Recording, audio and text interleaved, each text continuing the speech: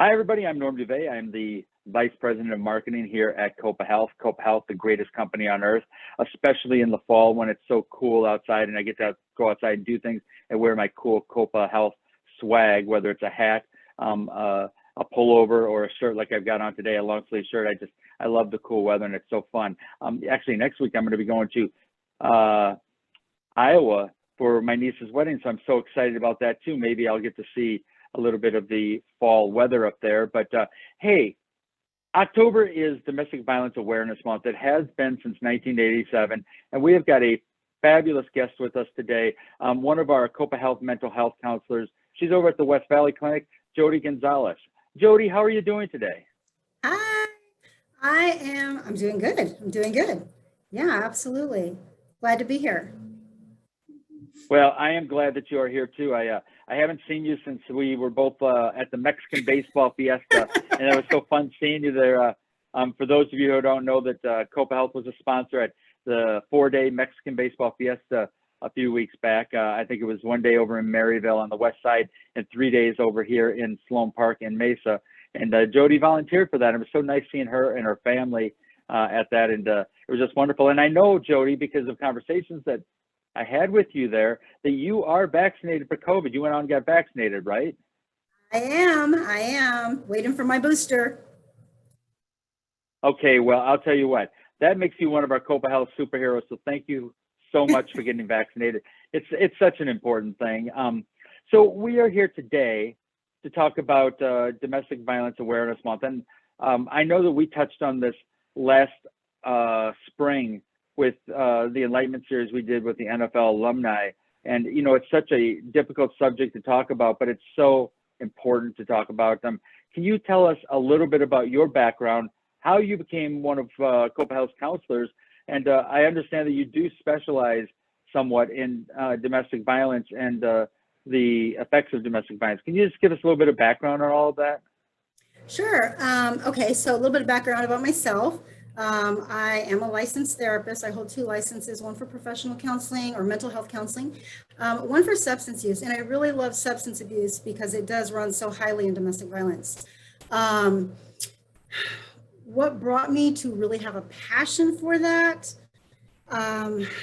Well, so I am a survivor of domestic violence myself. Was in a relationship for 11 years, and I can tell you that it runs in all kinds of forms. And sometimes people don't realize that they're being violated. There is a lot of barriers. I don't want to say barriers. There's a lot of fears to getting out of those relationships that keep someone there for a long time.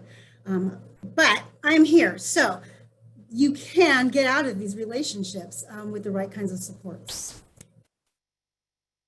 Well, I think that's fabulous, because not only are you an expert and you help other people with it, but you actually understand from a survivor's point of view. And I know in a lot of the programs that we have that is so important. It really, I think, makes a difference in the work that you do. I think it builds trust and understanding, and the fact that you're willing to talk about it is just very admirable, because it is a subject that is often taboo and we don't talk about. There's a stigma attached to just even the conversation. But so, you know, given that, like I said, it's since 1987, I believe October has been Domestic Violence Awareness Month. But why is it so important to shed a light and bring awareness to domestic violence? And a little bit, would you be able to tell me more about the different aspects of domestic violence? I know you mentioned it has different forms and the victims that result from that.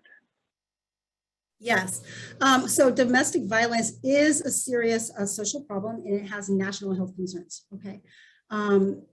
Domestic violence is just not intimate partner within intimate partner relationships. Domestic violence is not just about physical abuse. Domestic violence is about coercion and threats and intimidation, stalking, even isolation and emotional abuse. Emotional abuse is huge. I think the one that individuals usually tend to overlook is the economic abuse. When there's economic abuse, it kind of just like shatters somebody. It takes almost precedence over some of those other areas, because you lose that self-esteem and you don't think that there's any way out because you've lost everything. So yeah, I mean, domestic violence is a means of control. It's a means of learning how to control another person or a relationship.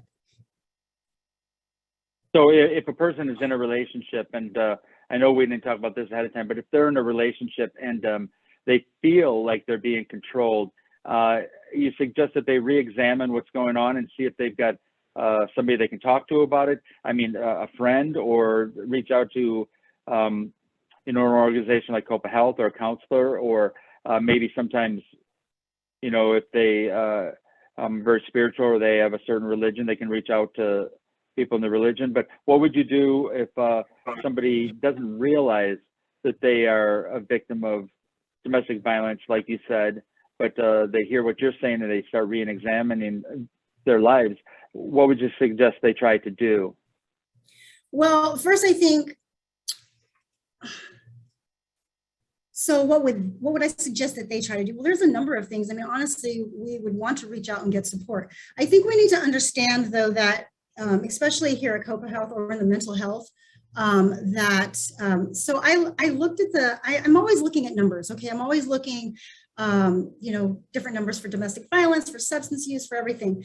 And I was looking up and I found, it was so amazing to see this, or should I say upsetting to see this, just in 2020, okay, just in 2020, there was an estimated of 690,714 reported cases of domestic violence. There was 35,443 deaths reported from domestic violence. That's just during COVID. COVID had such a profound impact on society. It led to social, financial, psychological repercussions. And I think that's important. I think that's important for anybody to know, even individuals that are trying to survive this, to understand, those repercussions. We could die from this, hopefully it doesn't always turn out that way, but we could die from this if we let it go. Even if you left and, there was those economic barriers, no money, no nothing, you end up homeless. We end up homeless, and then we end up turning to substance use, and then we don't know how to get away from that, or we lose our children to, the DCS, or there's just so much. So I think, first of all, it's really important for individuals to understand those numbers. It's also important to understand that there is one in every 3 women are abused in one of those forms. Now, it doesn't just run in women, though, okay? So 1 in every 10 men are abused, okay, in one of those forms. Children take a strong impact to domestic violence. The LGBTQ community has a big impact on domestic violence. There's just so many different aspects and communities that we have to look at when it comes to that. I mean, it just kind of takes a plummet on our self-esteem. So what do? Well, first, there's tons of resources, okay? I would suggest, first of all, that, if you are a survivor or trying to survive a domestic violence situation, get out, go. Seek the first person that you think could be providing you support, whether it be a family member or a neighbor, or, the grocery clerk at the store. Say, hey, I need help. Somebody's always usually willing to point you in the right direction. If you see somebody being abused, make yourself known. That doesn't mean put yourself in harm's way. It just means step up and let the abuser know that you see them, because domestic violence is a secret thing. People like to keep that a secret. It's shaming and it's embarrassing, and nobody wants that to be known out in public. It's nothing to be ashamed of. You can stand up and say, hey, I'm a victim of domestic violence, and that makes you stronger than most, because you're willing to speak up and you're willing to get that help. But if you see it happening, if you just make yourself known, that might not stop the abuse, but it'll stop it for that moment. And it might have turned on a good day, it might turn a physical abuse into just emotional. And yes, emotional is just as harming, but you're not getting hit. And so sometimes that can be the difference of just making yourself known. I have tons and tons of resources for domestic violence. I mean, there are shelters, there are hotlines. I actually have a list of like 15 different hotlines for children, for LGBTQ, for women, men alone, African-American hotlines. I mean, just things that, that can specify particular different communities or races or, demographics, or just an overall domestic hotline, domestic violence hotline, sorry. There's a lot of DV shelters that are available. I would just say, make yourself known, make your situation known. It doesn't matter who you make it known to, somebody's willing to stand up and help. Well, Jodie, it's interesting because obviously, not everybody knows about every form of domestic violence. Not everybody realizes, the different aspects it could take with children, with, in the LGBTQ community, with, sometimes it might be even, an elderly parent or something, but you really opened up my eyes to some things. How about you, reach out to me and send me some of those numbers, and we'll try to put them on at the end of this video so that people do have it available, and we'll try to make sure that it is more available, because I think the biggest thing is for somebody to, take a stand and, get away if you can. But if you see somebody, I really like what you said, say something, because it might stop the worst type of behavior right in that moment. And it might not help forever, but, this is fantastic information. I really appreciate you coming on and talking about these things. How is your life going now? How are you and your family and everybody doing? Oh, we're great. We're great. I mean, it took for me, it took a lot to really get away from all the things that happened in my life. But when I realized that there was hope and that there was people out there who cared, and support, people who were willing to give me the support I needed to really push forward. I went to school. I mean, I didn't get my GED till I was 33. So I got my GED, I went to school, I got, obviously I'm here now. I've got certifications, I'm getting ready to start my own business. My family is wonderful. They've supported me through the whole thing. They think I'm kind of crazy, but hey, it's been great. It's been great. I never once in my life thought that I would be sitting right here doing what I do today. And honestly, most people from my past way back look at me today and say, you were not the person we would have thought would have been sitting there today. So that's very good for me. That's very comforting to me. That means that I've done exactly what I needed to do. And so now I just try to give it back. Well, I think it's so inspirational. And I tell you, I, for one, am glad that I have met you and that you are part of my life and you're part of Copa Health and the Copa Health family. It's so appreciated. So listen, we are going to get some numbers from Jodie, and we're going to put them on the screen at the end of this video.